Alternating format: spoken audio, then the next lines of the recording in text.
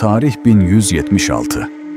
Yer, Isparta, Miryokefalon dağ geçidi.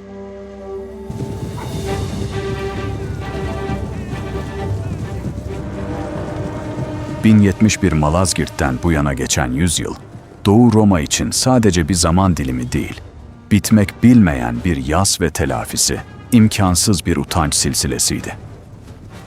İmparator Manuel Komnenos, tahta çıktığı ilk günden beri kendini bu lekeyi silmeye adamıştı. Şimdi ise beklediği büyük fırsatın ayaklarına geldiğine inanıyordu.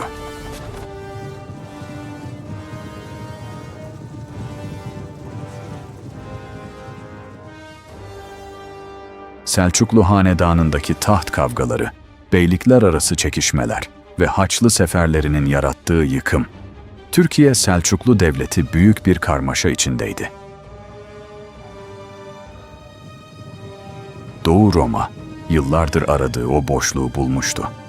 Bu, sadece bir savaş değil, Anadolu'yu Türklerden temizlemek, Malazgirt'in o derin yarasını kapatmak ve Roma ihtişamını, yani parçalanmış gövdesini yeniden birleştirmek için bir kader anıydı. Manuel, bu hedef uğruna Malazgirt'ten sonraki en büyük orduyu toplamıştı. Piyadeler, seçkin süvariler, okçular ve surları yerle bir edecek o muazzam mancınıklar. Bir imparatorluğun tüm özgüveni bu lojistik hattın tozlu yollarında taşınıyordu. Manuel'in hedefi netti. Kılıç Arslan'ı Konya'da kuşatıp onu teslim olmaya zorlamak. Bunu başardığında tarihin akışını geri döndüreceğinden adı kadar emindi. Türklerin böylesine bir kudretin karşısında durabileceğine inanmıyordu. Ancak bu büyük hırs, tarihin en ağır hatalarından birini doğuracaktı. Manuel, Selçuklu'yu zayıflamış sanıyordu. Oysa 2. Kılıç Arslan, Anadolu'nun coğrafyasını kendi silahına dönüştürmek için uzun zamandır sabırla bileniyordu. Anadolu'daki beylikler, varoluşsal bir tehditle karşılaştıklarında tüm hesaplarını bir kenara bırakıp nasıl tek bir yumruk olacaklarını, Manuel'in kibirli zihninin hayal bile edemeyeceği bir ustalıkla planlamışlardı. İmparator, farkında olmadan ordusunu bir mezarlığa, tarihe Miryokefalon olarak kazınacak o ölüm çemberine doğru sürüklüyordu.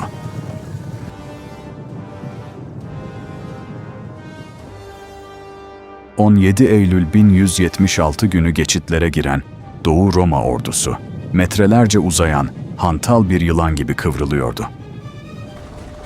Devasa mancınıklar yokuşlarda sarsılarak ilerliyor, atların nalları kayalara çarparak yankılanıyordu. Ancak dağın derinliklerine girildikçe o özgüven dolu hava yerini ağır bir sessizliğe bıraktı. Manuel'in kurmayları sarp kayalıklara bakarken bir tedirginlik hissetmeye başlamıştı. Görünürde kimse yoktu ama hava yaklaşan bir fırtınanın ağırlığıyla doluydu. Tam o anda zirvelerde bir hareketlilik belirdi. Önce bir ıslık sesi ve ardından yüzlerce atlı süvarinin hareketi. İlk saldırı, 2. Kılıç Arslan'ın atlı okçu birliklerinden geldi. Yıldırım hızıyla tepelerden inen bu çevik savaşçılar, Bizans üzerine ölümcül bir ok yağmuru başlattı. Manuel, panik içindeki ordusuna hemen savaş formasyonuna geçmeleri emrini verdi. Ancak bu kez dağın diğer tarafından yükselen o Türk boru sesleri yankılandı. Romalılar tuzağa düşmüştü. Ancak zihinlerini kemiren o soru hala oradaydı. Bu, nihai bir saldırı mıydı? Yoksa Türklerin asırlardır ustalıkla uyguladığı yıpratma savaşlarından biri mi? Bu belirsizliği, dağların arasından yankılanan 3. boru sesi bozdu. Artık şüpheye yer kalmamıştı. Türkler, klasik bir meydan savaşında değil, coğrafyanın tam kalbinde, tarihin en ağır stratejik tuzağını kurmuşlardı. Ve dağlardan yankılanan o boru sesleri artık sadece bir uyarı değil, kılıçların konuşacağı o büyük taarruzun habercisiydi.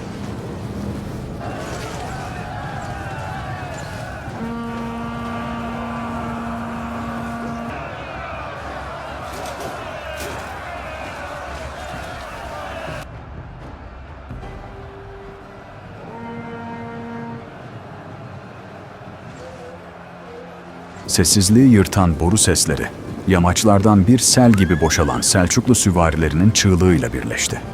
Manuel için artık bir savaş stratejisinden söz etmek imkansızdı. Bu, sadece bir hayatta kalma mücadelesiydi. Devasa ordu, geçidin boğucu darlığında kendi içinde sıkışıp kalmıştı. Bir yanda tepelerden inen, Türk akıncılarının hızına karşı hantal zırhlarıyla debelenen piyadeler, diğer yanda panik içinde birbirini ezen atlar. Geçit, bir savaş alanından ziyade bir imha alanına dönmüştü. Türklerin vur kaç taktiği, şimdi göğüs göğüse çarpışmanın acımasız gerçekliğiyle birleşmişti.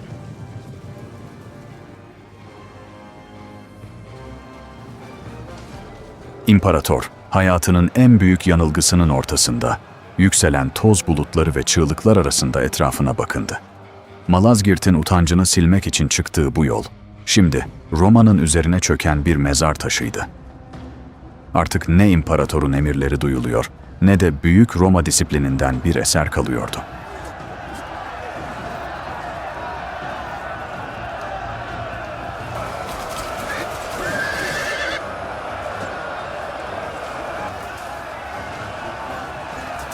Geçidin karanlığında her şey yitip gidiyor gibi görünürken, Manuel Komnenos son bir gayretle parçalanmış ordu birliklerini bir araya getirmeyi başardı.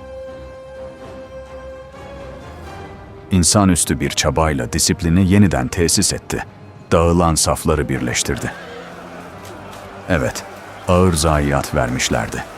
Evet, o mağrur Roma ordusundan geriye sadece gölgeler kalmıştı. Ama Manuel pes etmemişti.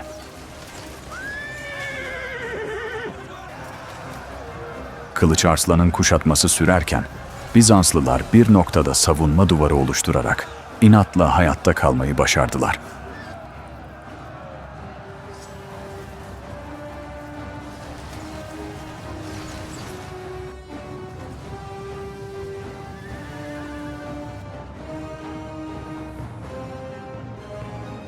Bu, bir zafer değil, bir hayatta kalma mucizesiydi. Ancak bu mucize, Türklerin geçidi tamamen kontrol etmesini engellemeye yetmeyecekti.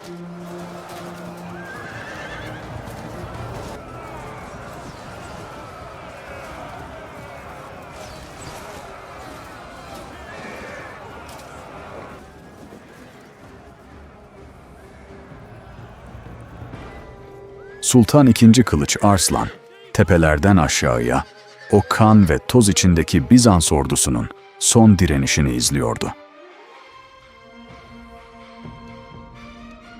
İmparator Manuel'in dağılan birliklerini bir noktada toplayıp teslim olmayan o çelik gibi iradesini gördüğünde Kılıç Arslan'ın stratejik zihni çalışmaya başladı.